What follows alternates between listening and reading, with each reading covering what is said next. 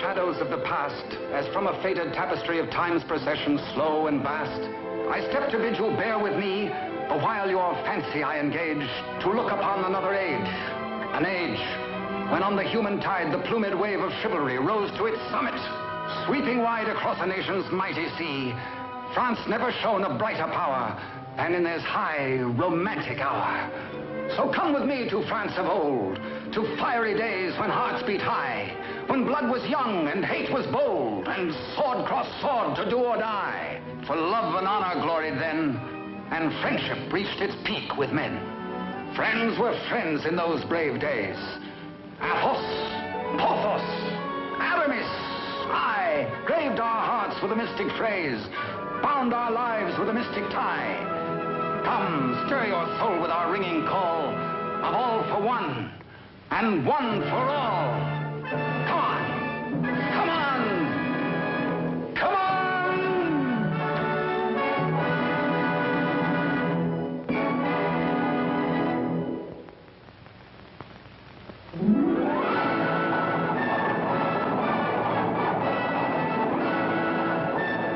It is Paris on the 15th day of September in the year of our Lord 1638. Public excitement runs high. The populace enjoy a general holiday. Impatiently, they wait for the news of an heir to the throne of France.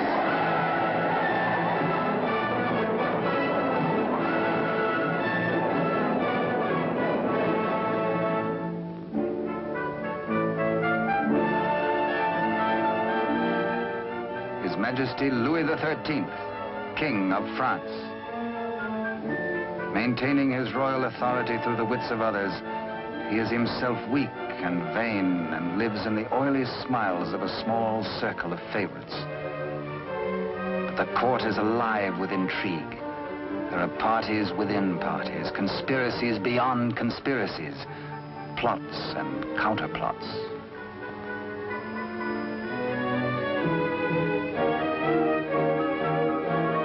His Eminence, Monseigneur the Cardinal, Duc de Richelieu.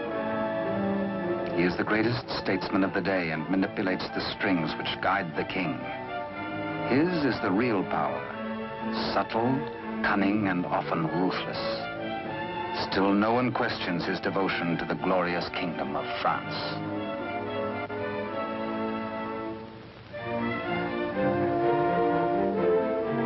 On this auspicious morning, the king pays a state visit to his queen.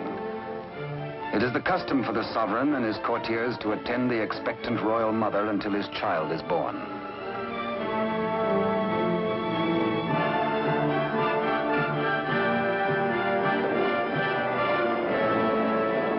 D'Artagnan, of the King's Musketeers. Relieved of his duties at court for the day, he hurries to the home of his sweetheart, Constance Bonacieux. Constance is seamstress to the Queen and is expected at the palace, so she cannot tarry long.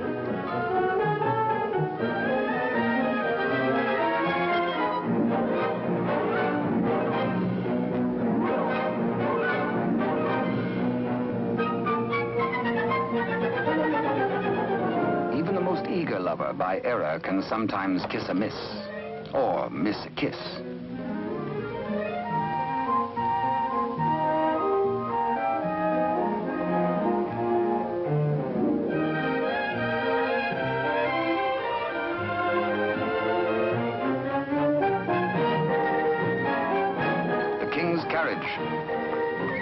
It arrives for Constance. She carries an infant's layette in a crocheted basket for the Queen. One kiss, one caress.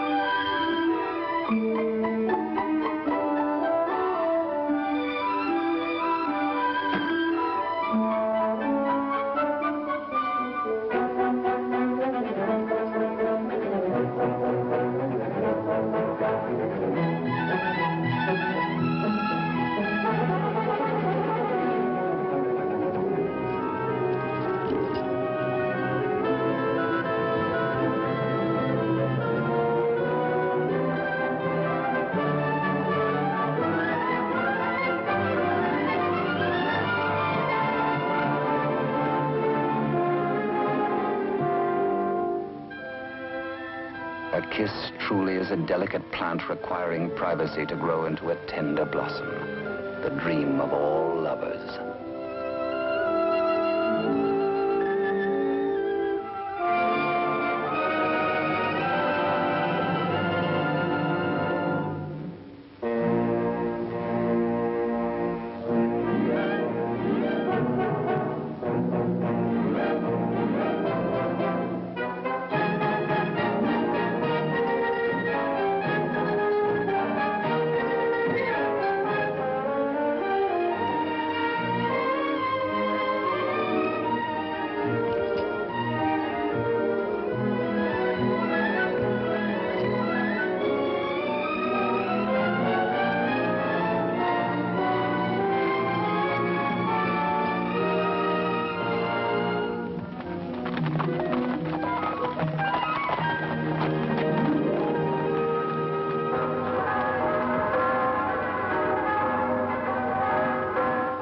The Cathedral of Notre Dame remind D'Artagnan of his friend and fellow musketeer, Aramis. He might be in danger. Aramis had threatened to continue his flirtations with the pretty owner of a roving, provocative eye, who unfortunately is married to an officer in the Cardinal's guards. The guardsman naturally resents these attentions from this musketeer, but is restrained. Has not the Cardinal forbidden these duels with the King's musketeers? Hola! The famous battle cry of the musketeers. Instant help comes from the most fearsome steel in the kingdom. Huge Porthos, brave, strong, a King's musketeer. And musketeer Athos, gentle Athos, yet a deadly swordsman is able to kill with his left hand as with the right.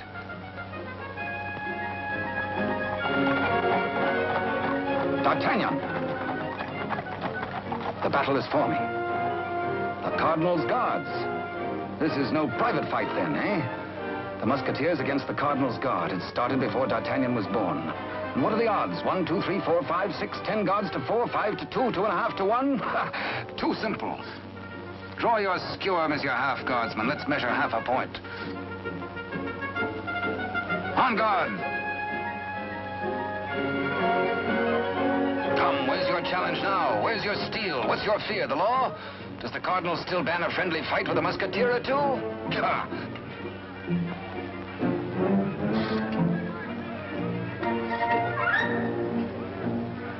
Porthos, as always, is thirsty. He has capacity. D'Artagnan, with his quicker eye, has a more bountiful drinking source.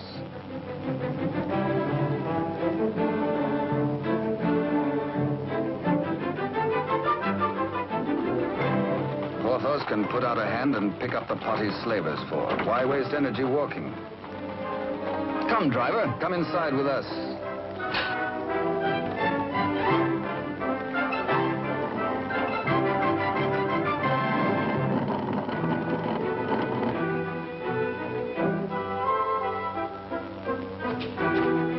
Driver swears his wagon is damaged. His master will skin him. His horse is loose. He has a terrible wife. He has trouble.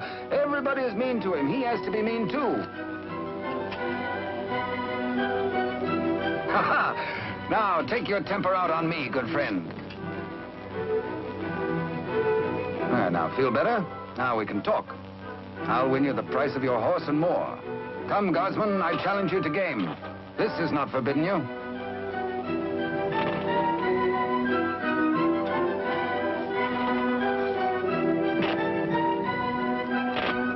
Dice are kind. Here's 20 times your price.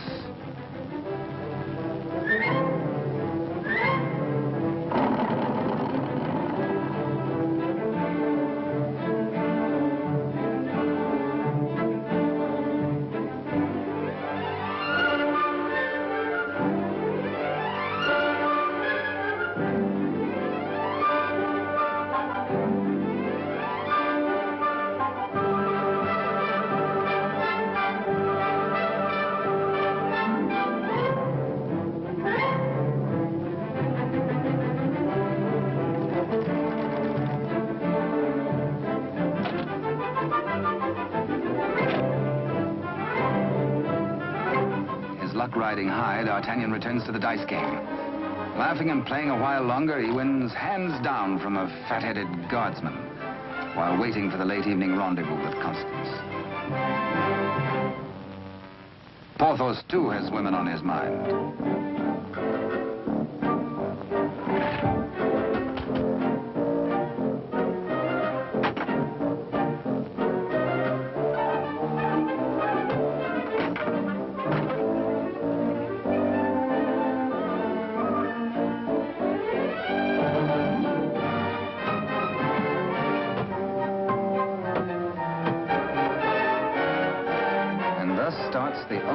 The Musketeers ever lost in fair fight. Of course, it has to be with the fair sex.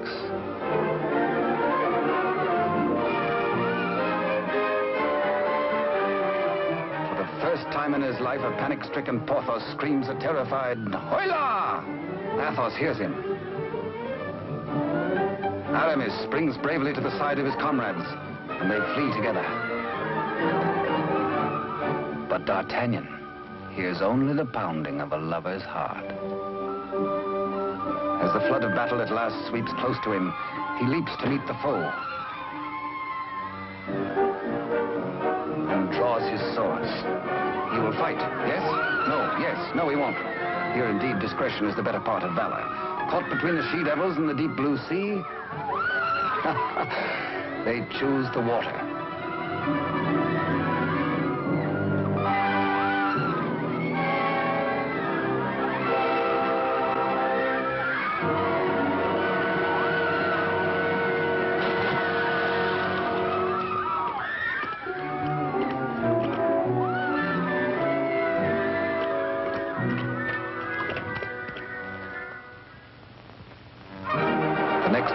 The city is in ferment. The pressure beyond the gates is so great that the people are admitted to the courtyard.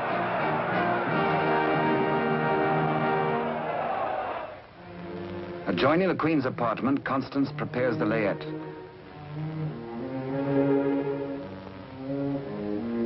She is informed by Father Joseph, the Cardinal's trusted henchman, of the imminence of the royal birth.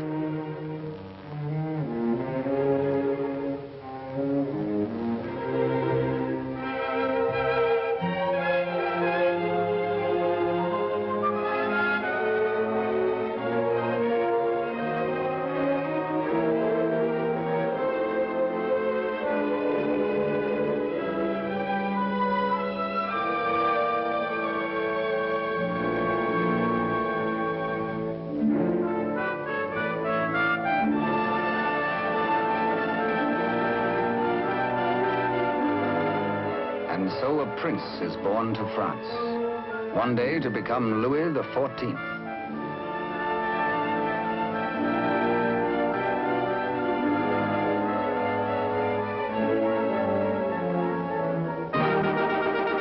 By ancient custom, his royal father presents him to the people.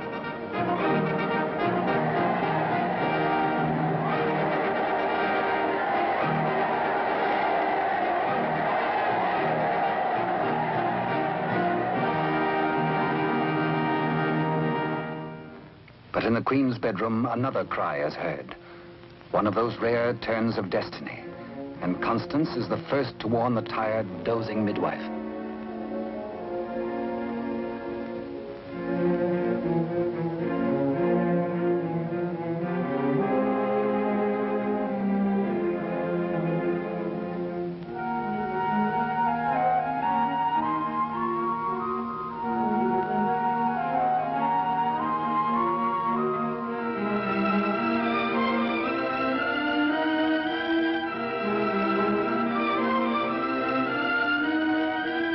Father Joseph grasps the vast consequences of this extraordinary event.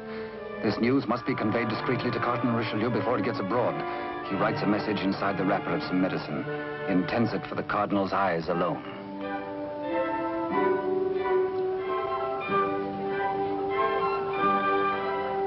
Your medicine, Your Eminence.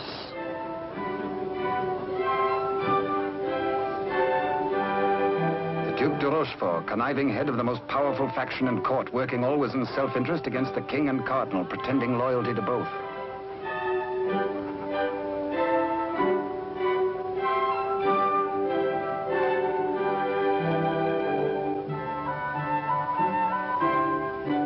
necessity for caution on the part of Father Joseph is indeed well-founded.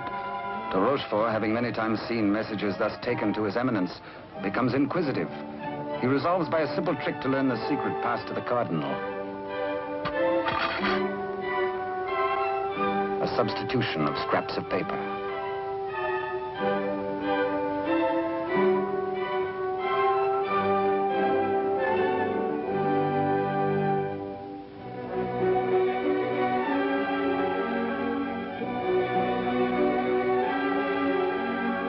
The Cardinal realizes that enemies of the regime can do irreparable damage. 2 heirs to the throne. 2 rival parties of courtiers, more quarrels, more bloodshed. Poor France, helpless, torn between 2 factions. The secret of the twins must indeed be forever guarded, if France is to have peace, and if he, the Cardinal, is to retain his power.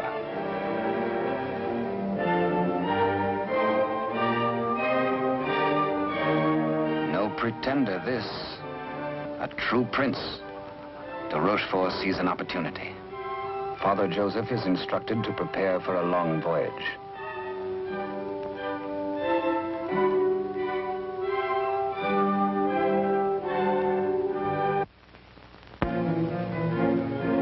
The Cardinal has a plan. He sends a page to summon de Rochefort.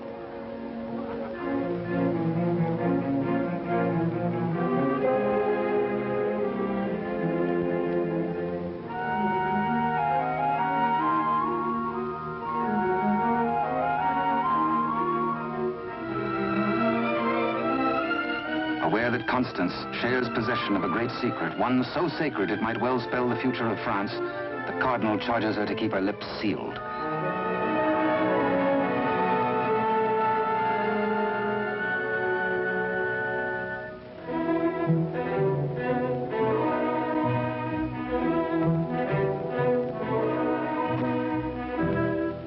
Richelieu entrusts the wily de Rochefort with Constance's safety.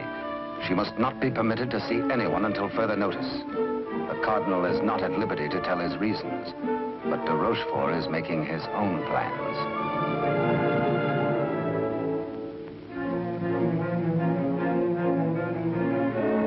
In accordance with the Cardinal's command, Father Joseph, accompanied by the midwife, secretly takes the twin away to the Spanish border.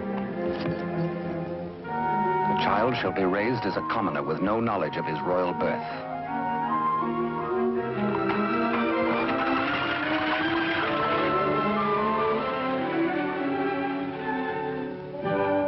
Meanwhile, in the great ballroom, the king holds a reception in honor of his firstborn. Had he known the cradle should have held 2 sons, he might have been less self-satisfied with the Cardinal's congratulations.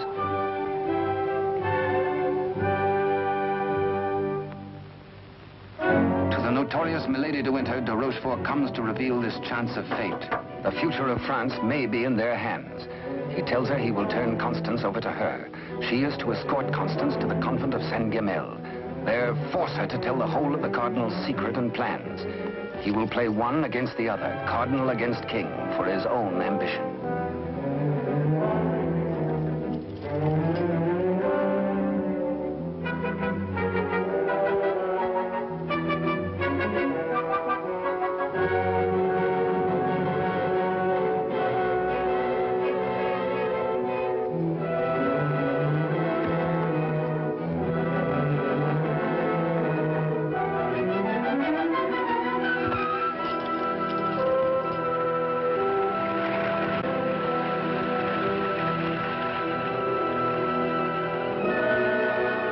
Constance to be... One of the chair carriers runs with the news to the musketeers' barracks.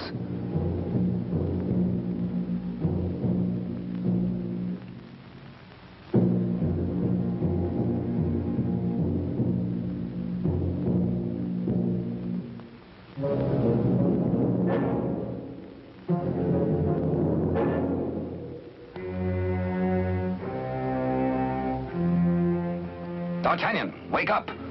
Constance taken by force, by de Rochefort.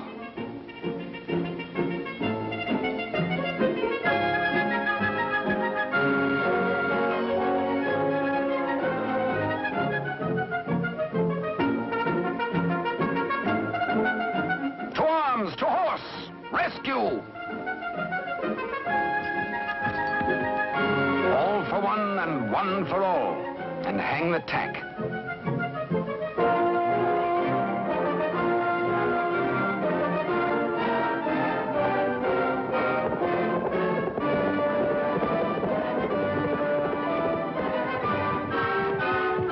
The wily cheat is in no mood to cross steel with this angry Gascon bent on justice.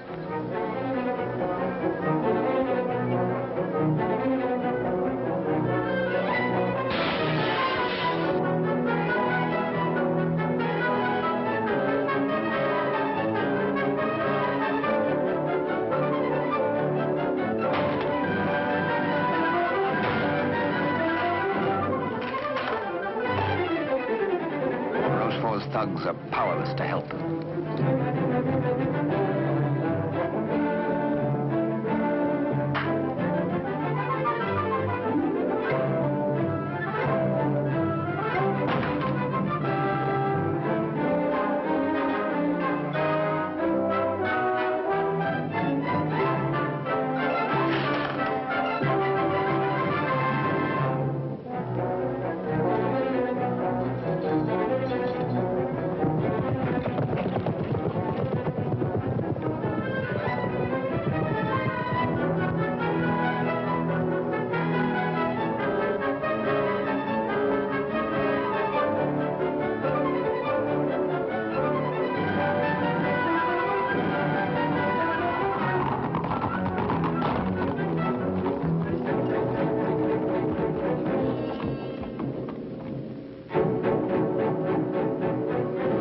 Rochefort is stubborn. He will not talk. He has to be persuaded.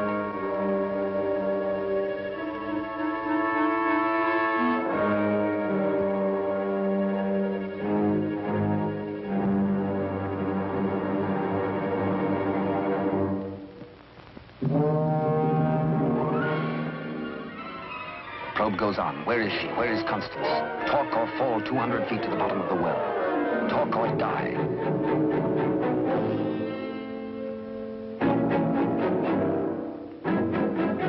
The Cardinal's guard look on, afraid to act. A strand at a time, steel cuts through hemp. 3 strands of it, and now but 2.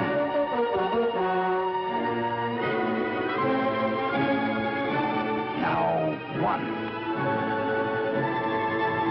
De Rochefort breaks. The convent of Saint-Guerel.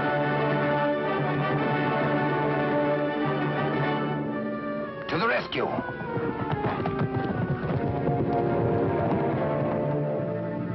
A stableman granted audience with the Cardinal tells of de Rochefort's trickery and capture and of Constance's abduction by Milady de Winter.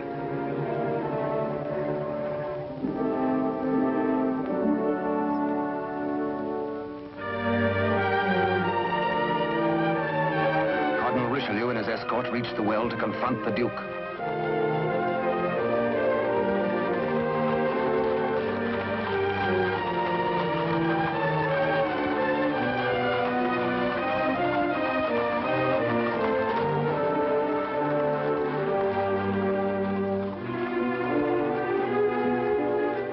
Accused, exposed, a nervous, bedraggled penitent.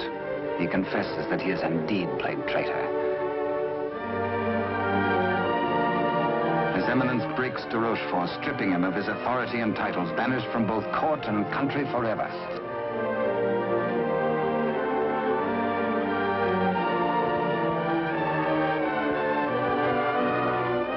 Fearing for the safety of Constance, the Cardinal speeds in pursuit of Milady de Winter.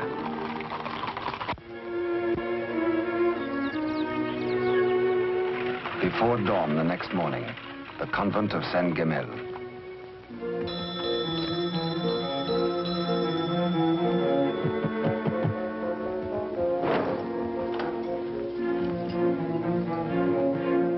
Milady de Winter assures the unsuspecting nuns her prisoner is an enemy of the state, to be confined to the convent on orders of the Cardinal.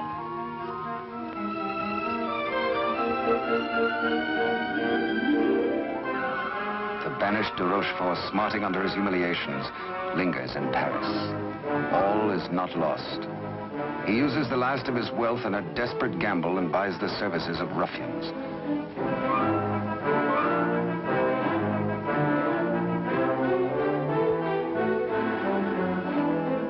Pursue the Cardinal and assassinate him. Next, find D'Artagnan and his 3 musketeer friends and put them to the sword.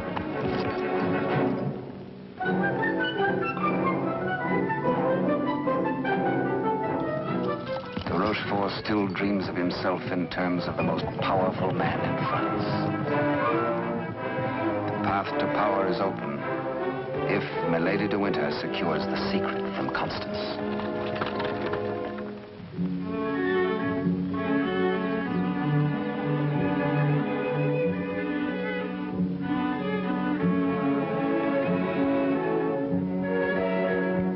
With sweet words and honeyed entreaties, the unscrupulous Milady de Winter seeks to cajole Constance into telling all she knows.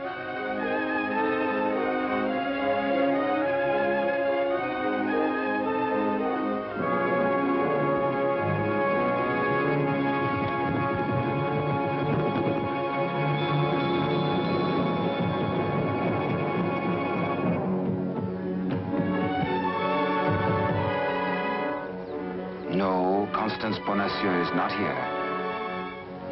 But he hears her voice.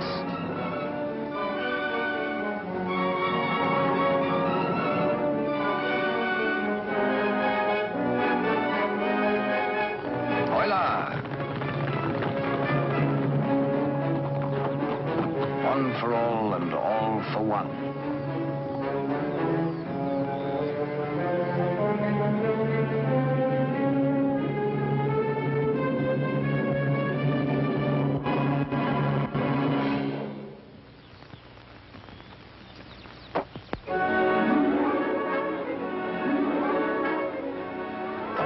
Public criminal, burnt by a branding iron into her flesh, a sign to all.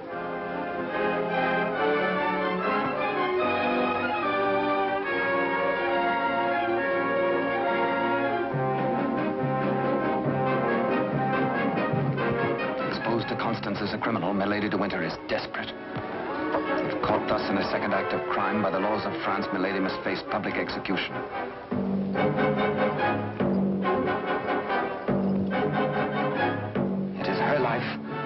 Or that of Constance.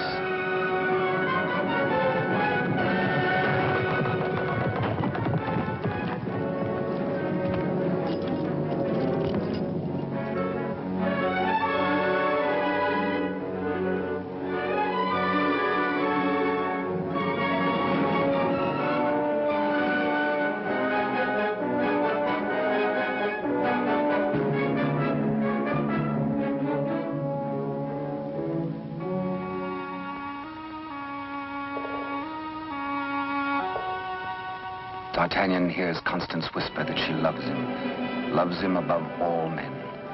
And then she murmurs 3 words, the other one, the other one.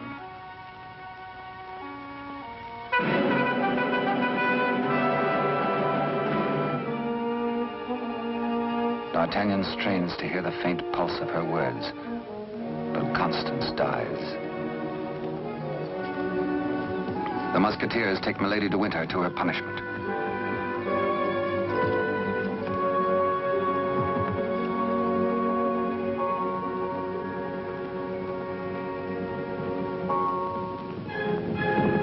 His Eminence the Cardinal has traveled through the night.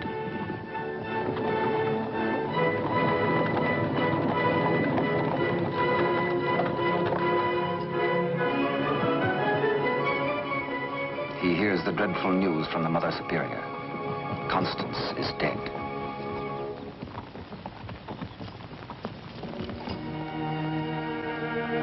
Faithful, loyal Constance.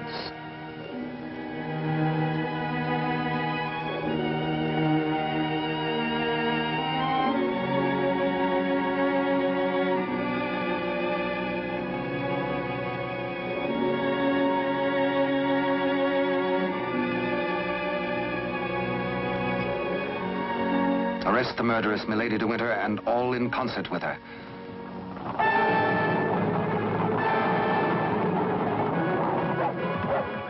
three musketeers, Athos, Porthos, and Aramis, enraged, take the law into their own hands and deliver the murderess to the public executioner and order her death.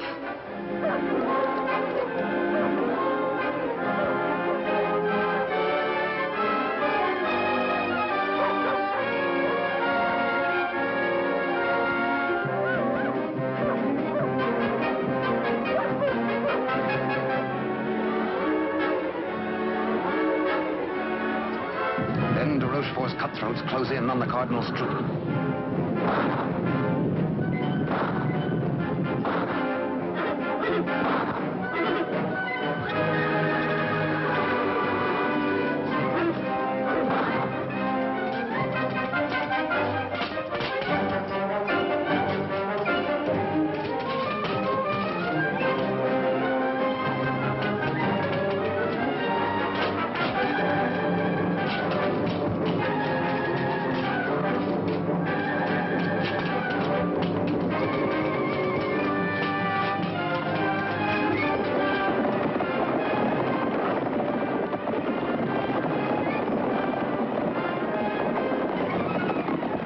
Some distance away, the musketeers are captured by their deadliest rivals.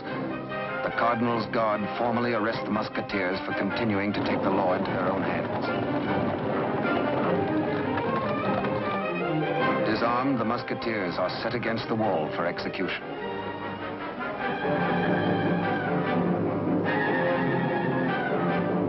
Your guards would take the lives of my friends.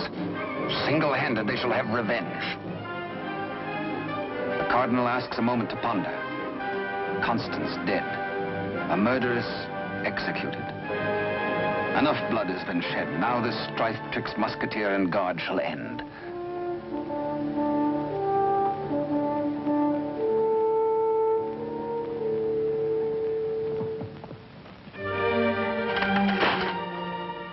D'Artagnan's plea saves his friends, but there's to be a harsh penalty. Richelieu's plan concerns the state, and these continuing disputes between his guard and the king's musketeers. The four musketeers must separate, never to come together again on pain of death. His judgment, oh, a sorry day. The musketeers are banished, each to his own province, never to visit Paris again, nor set foot beyond the bounds of his own fields.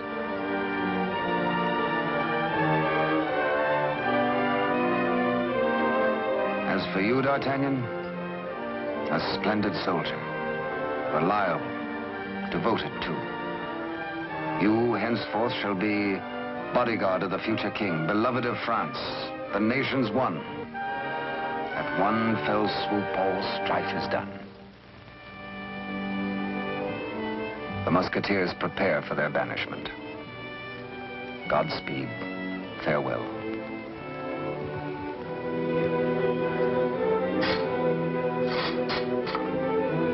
Eternal friendship, it shall not pall.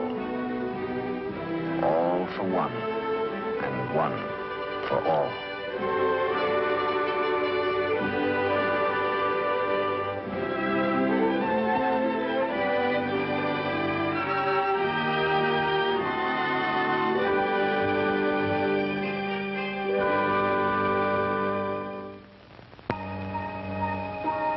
"5 years have passed.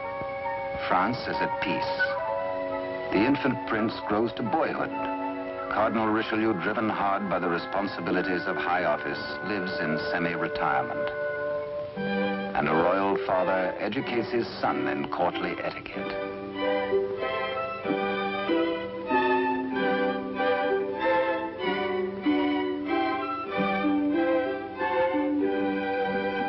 In failing health, His Eminence lives in hourly expectation of death, troubled by word that the second twin bears an identical likeness to the heir.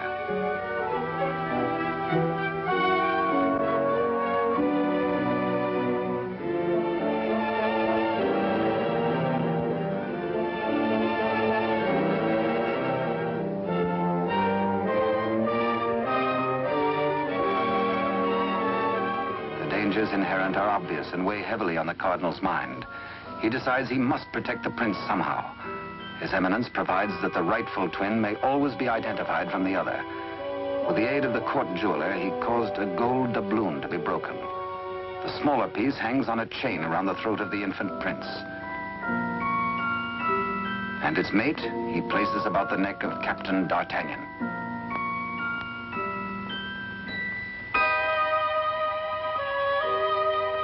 And so, by joining the pieces, the true heir to the throne of France and the prince's first guardian are known to one another for all time.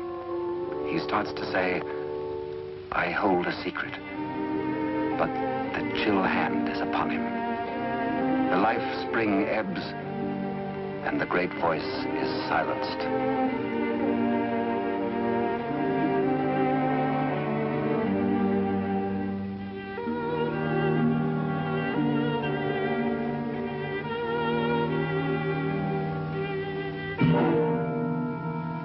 A great statesman passes into history. The church loses a noble servant, and the ship of state is without its pilot. What was this secret that Richelieu and Constance shared? The other one.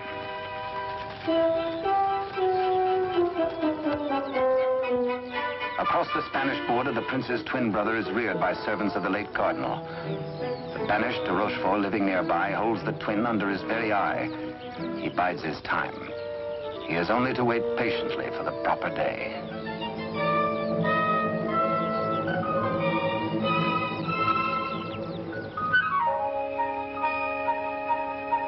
Upon the death of Louis XIII, the heir to the throne, or the Dauphin as he was called, became France's King Louis XIV. Both he and his twin had grown to manhood. The brothers are alike as two peas in a pod.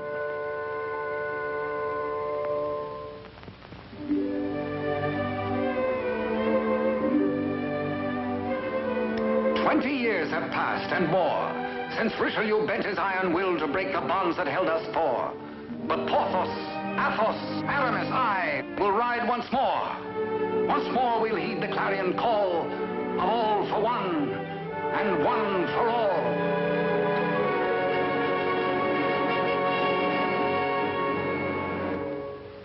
During the years, de Rochefort's connivings have brought the exiled twin under his control.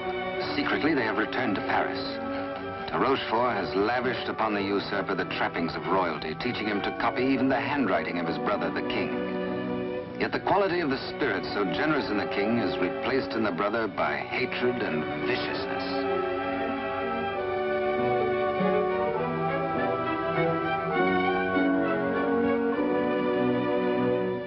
The king's valet, a de Rochefort spy, brings long-awaited news. Within the week, an older D'Artagnan, after a lifetime of loyal service, will retire and leave the court. The young king will be without a bodyguard. Every detail of their plan has gone over. The map, the sentries to overpower, the secret approach to the royal apartment, the signals.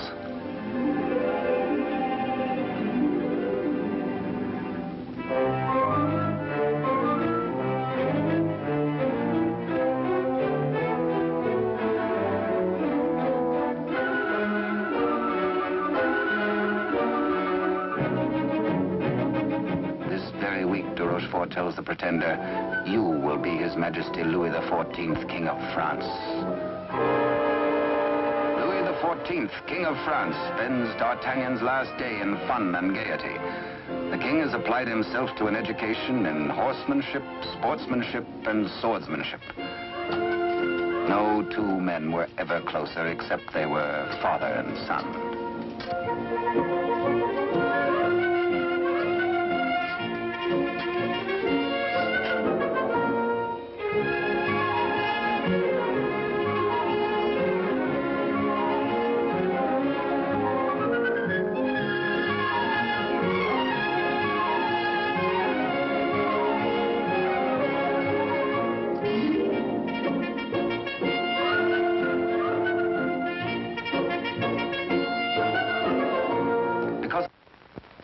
Early, D'Artagnan enters the royal bedchamber to bid the king goodbye. Tonight he feels happy. His service is done. His king is secure. The state is safe. But by some odd premonition, the coins are matched on this final night of parting.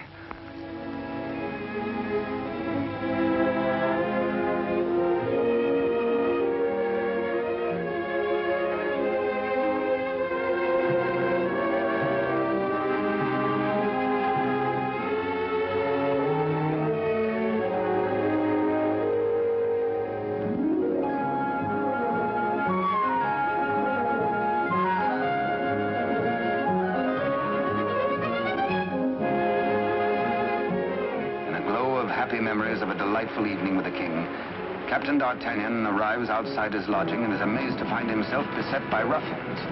Angrily, the Gascon plans his battle. First, he deals with the dagger-man decoy, sticks him with his own blade, throws the man's cape to the edge of an open sewer, places his own cape over the decoy's body, and fires his own pistol. Aye, up, on to the balcony.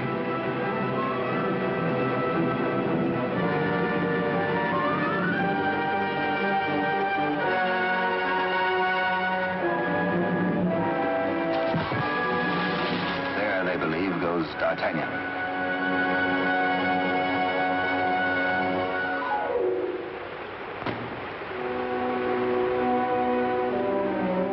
Thoughtful D'Artagnan returns to his lodging. For a peaceful man to be waylaid on a city street is something new. He had spent the evening with his king. He reflects. Has the palace discipline been slackening too? Sentries were not where they should have been. His soldierly heart is disturbed for the safety of his king.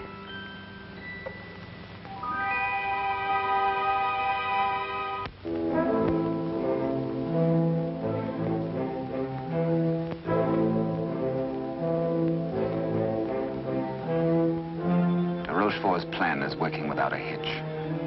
Sentries at the outer gate have been overpowered. Entry is forced into the inner quadrangle.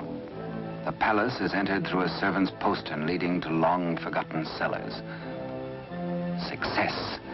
No sound, no word, no warning.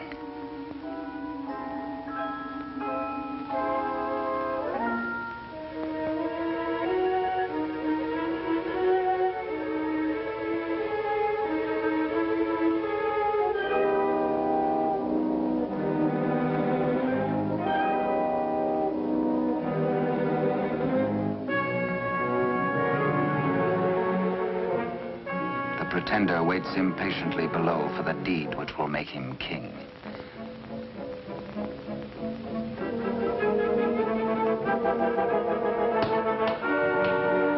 In the anteroom to the king's bedchamber, de Rochefort's maggot awaits his master's signal, ready for the final treachery.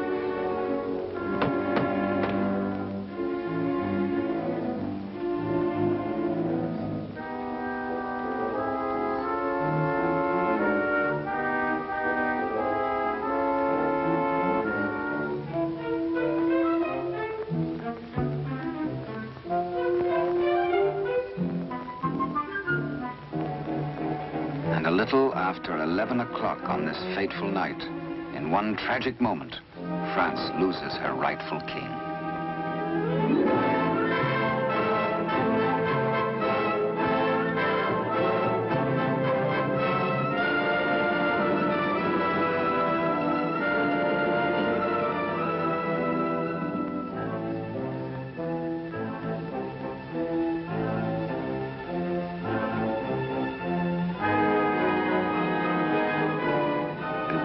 Uncertain if he dreams or not, King Louis XIV, surrounded by strangers, looks unbelievingly at a venomously mirrored likeness of himself. The usurper watches his royal brother with a lifetime of hate. De Rochefort's plans have been cleverly checked and double-checked. He means to hold the true king a prisoner as a threat over the head of the usurper should he rebel against his commands. At de Rochefort's order, his cohorts strip the king of his night attire and in exchange dress him in the usurper's clothes.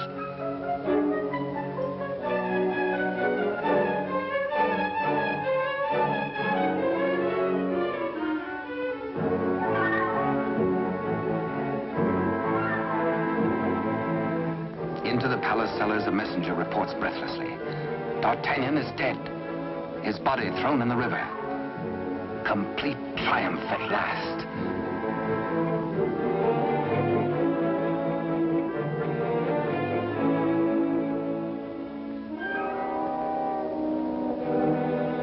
An iron mask, an invention of the devil. An iron mask, a prison within a prison, is placed over the head of the rightful King Louis XIV and locked at the neck, his countenance concealed from all men.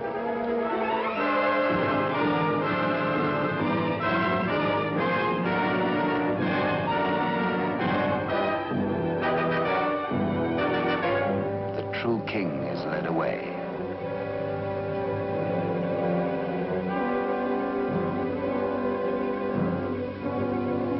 In the quiet of the royal apartments, the true king's bed is occupied by the usurper. Trusted servitors have been spirited away. The twins' lackeys have replaced them.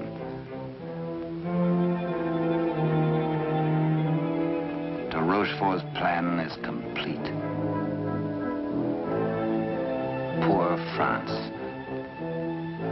Ruled by a youth driven near to lunacy by a solitary childhood, by de Rochefort's lies, by his own poisoned dreams.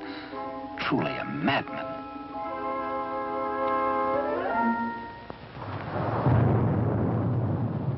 Suffering in human life is proportioned to human strength.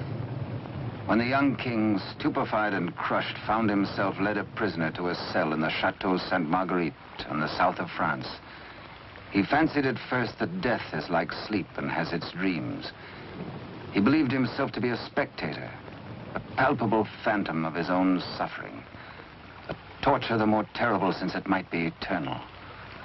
Eternal death. How can I have died? I am a king, yet not a king, enthroned upon a funereal couch. No, no, dear God, do not punish me who have done nothing. Why am I thus punished? Like a cloak, the chill of the dungeon falls upon his shoulders. So dwells the real Louis XIV in a living hell, to remain thus the rest of his days.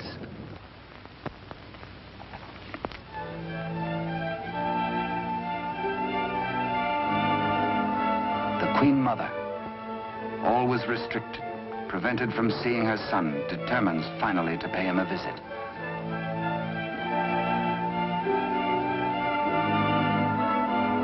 In place of the affectionate and courtly Louis XIV, to her horror, she finds herself repulsed.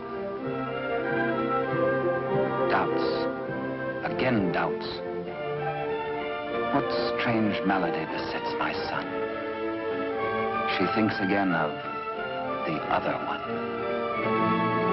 De Rochefort hurries to the king's apartment, fearful that a mother's heart has sensed the truth.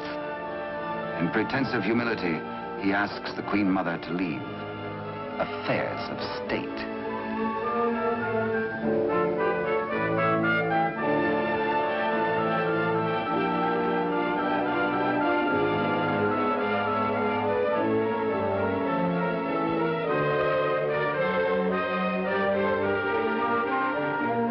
De Rochefort is determined.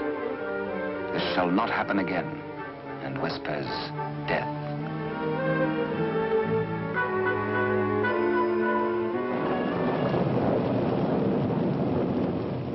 Day by day, night upon night, the prisoner prays for some way to get word to D'Artagnan.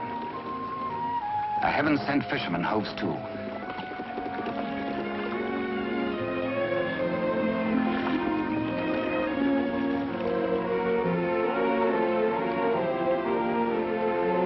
He finishes scratching a message into pewter, and as all good prayers must be, his prayer is answered.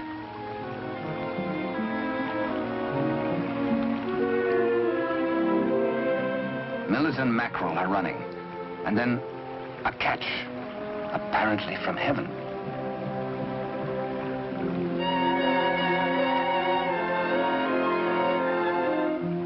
The fisherman reads the name of D'Artagnan, the idol of the nation. A written word, a beloved name, an urgent message. He, a patriot, needs no urging.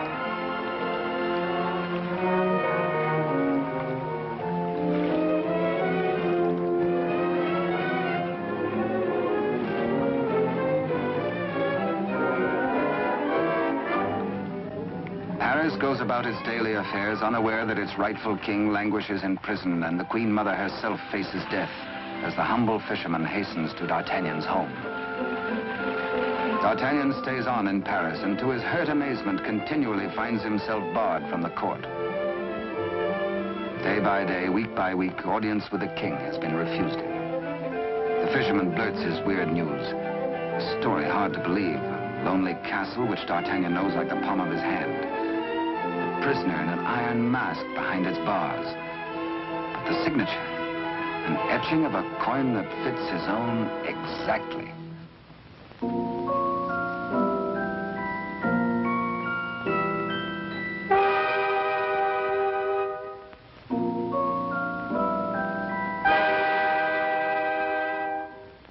Come, friend, eat and drink. There is business at last for me at the palace.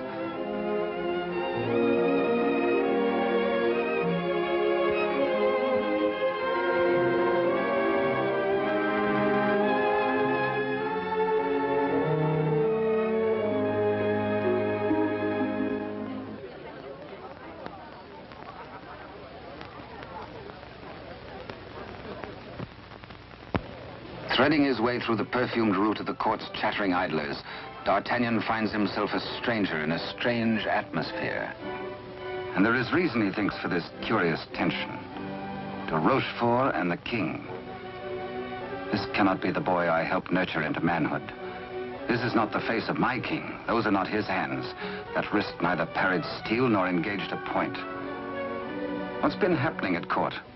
De Rochefort's back in favor, a disgraced exile once more sporting about the throne room in the king's presence. D'Artagnan is amazed and shocked. But a further shock is in store. A chain and coin is passed to de Rochefort. If he can believe his eyes, in all the years he served the king, they never left his royal person.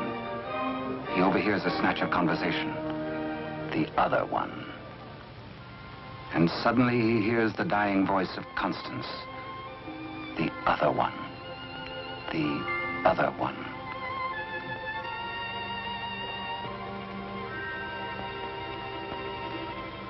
What did she mean? A message signed by the royal coin. A king, not a king. And a court alive with known traitors. D'Artagnan smells a rat. But a rat has seen him and gives warning. The palace guards are alerted. And all exits barred.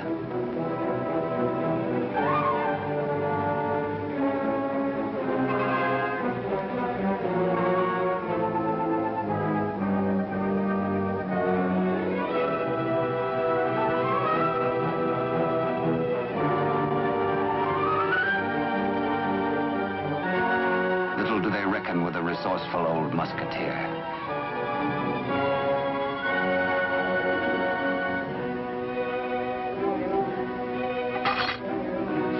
D'Artagnan orders a king's loyal troop to be hurried to meet him at the Chateau Sainte Marguerite.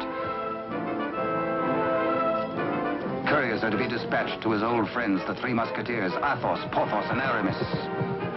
To arms, musketeers! Your king has need of you. One for all. And all for one. The jig is up. D'Artagnan lives and knows. His pewter plate. Perhaps even now he has reached the prison gate.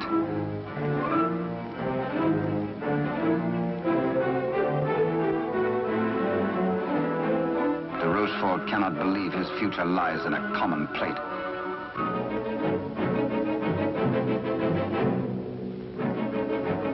Quickly, he resolves to end all doubts. He decides to ride at the head of his troops to prevent any attempt to free the king.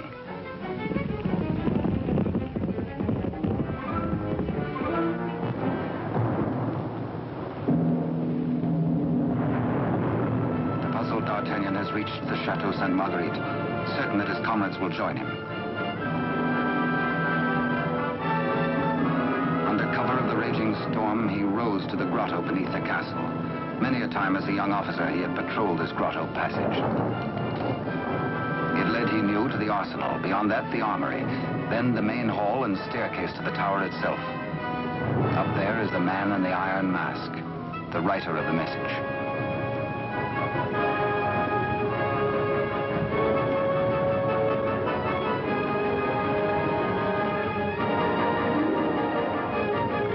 Astonishment, D'Artagnan finds the entrance to the arsenal is newly walled.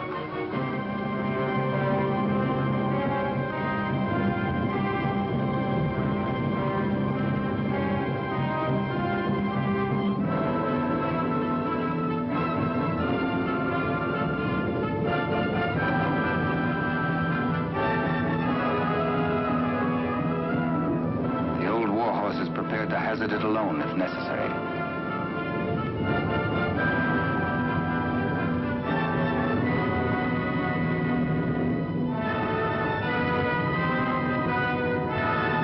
The fisherman returns to the opposite bank to await the arrival of help.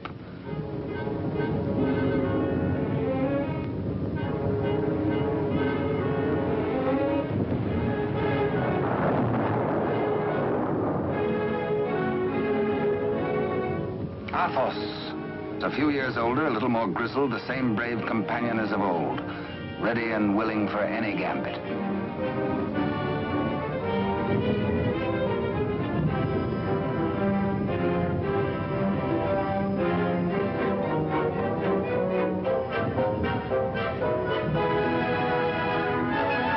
And now Aramis.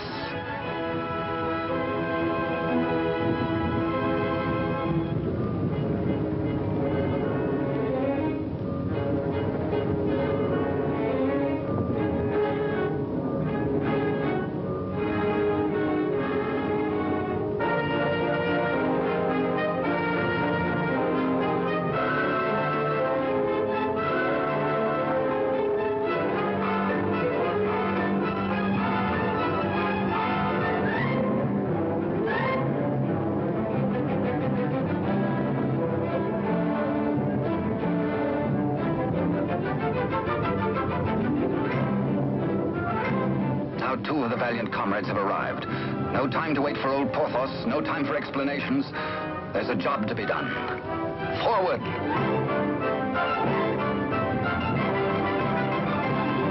Through the racks of gunpowder barrels to the main hall, and the tower staircase itself.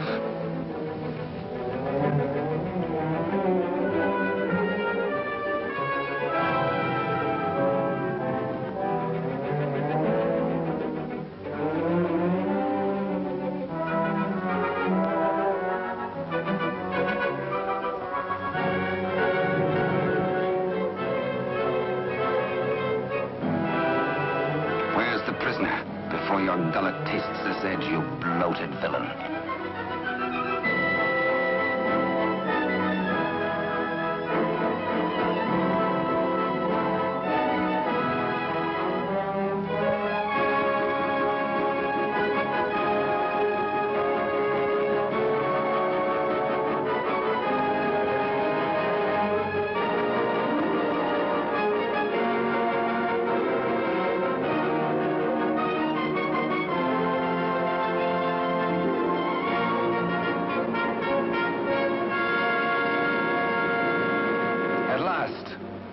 D'Artagnan knows the voice. It is his true and rightful king, Louis XIV, King of France. The castle guards.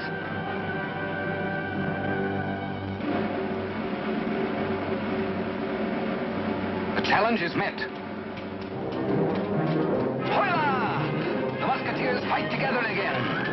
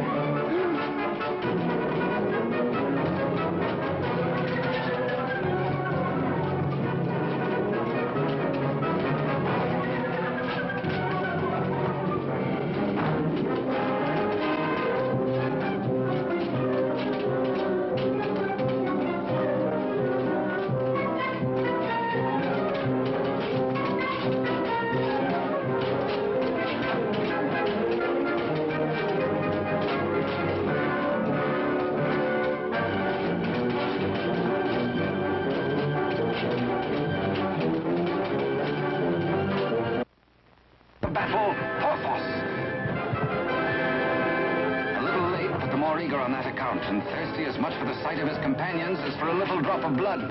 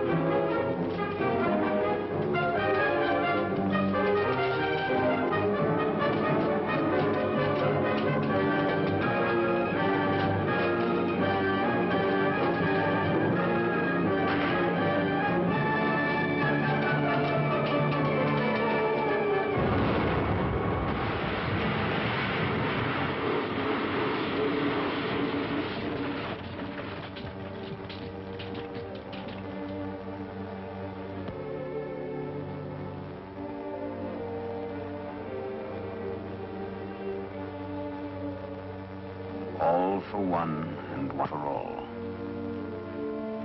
Be certain, cherished friends, that I shall wait for you. What good times we had together, eh?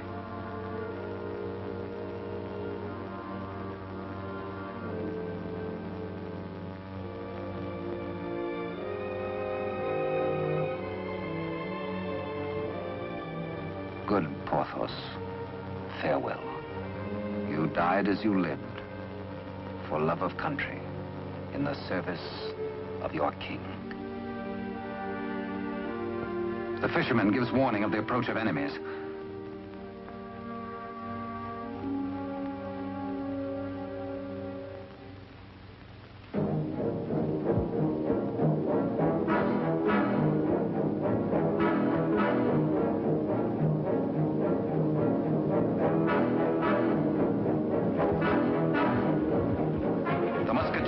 The king and gallop off to Paris. De Rochefort rides hard in a last effort to keep his house from crumbling.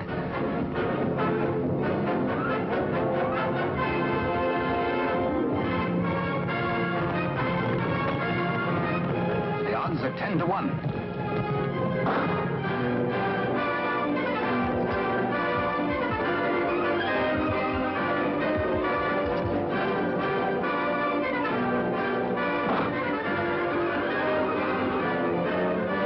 Majesty.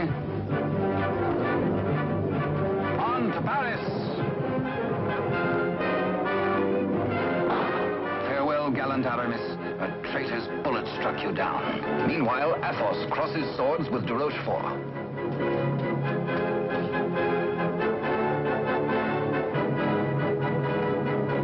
But at the highest price of all, Athos joins his comrades.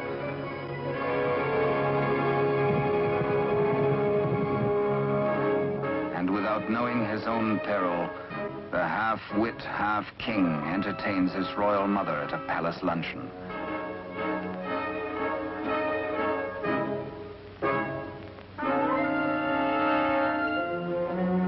Cunningly, he says, a private matter.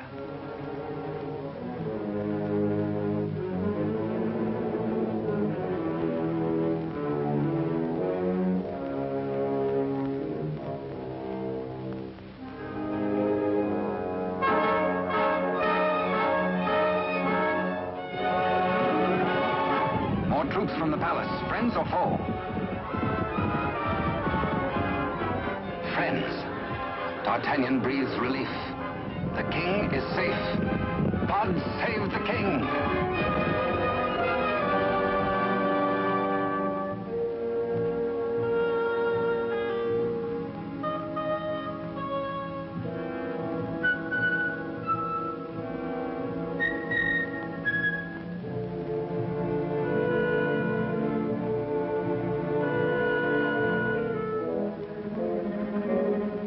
The Queen Mother suspects this attempt on her life.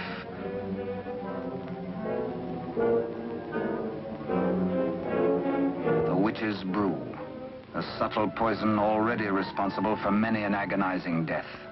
Raise your glass, madam.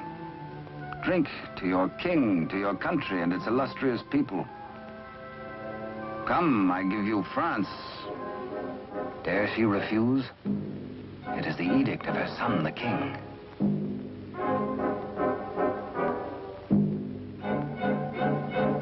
The toast, but a warning cry.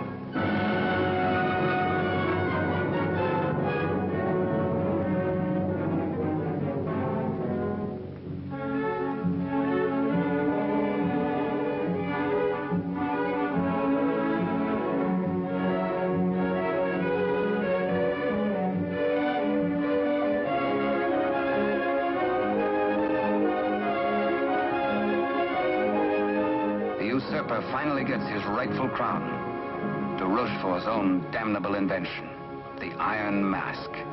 His to the end of his days.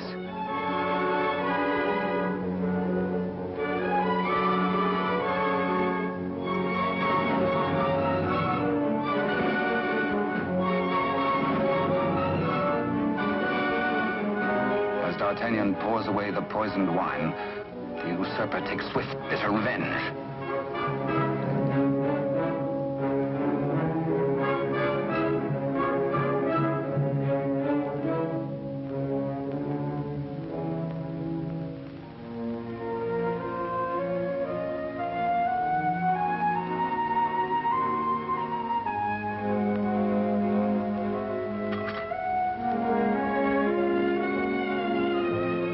D'Artagnan knows himself mortally wounded, but allows no sign to mar the happiness of his king.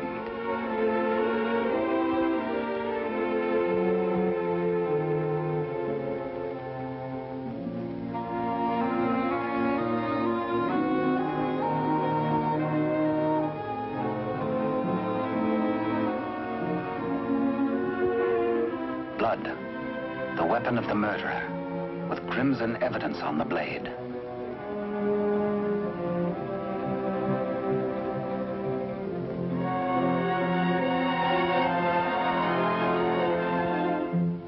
Grateful Louis looks for Captain D'Artagnan to honor him with the baton of a Marshal of France. But where is the Musketeer?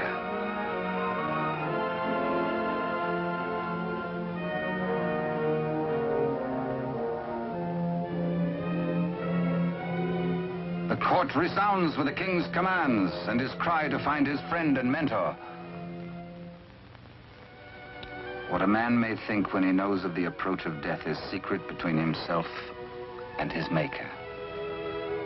Perhaps the gallant musketeer thinks most of his lost love, Constance, and of all the tender, lonely years kept warm by her memory. He dies in hope of faith that she might welcome him, that once again they might be one. How can they die, these bright ones? How may such energy, once released, be prisoned by earth or stone or grave? We die as we lived, say they, with life. And with life, how can there be death? Only remember us. Only open a little book and we shall always be with you. To ride a fine horse, or to cross a sharp blade, or carouse with a barrel, or dally with a maid. Come one, come all.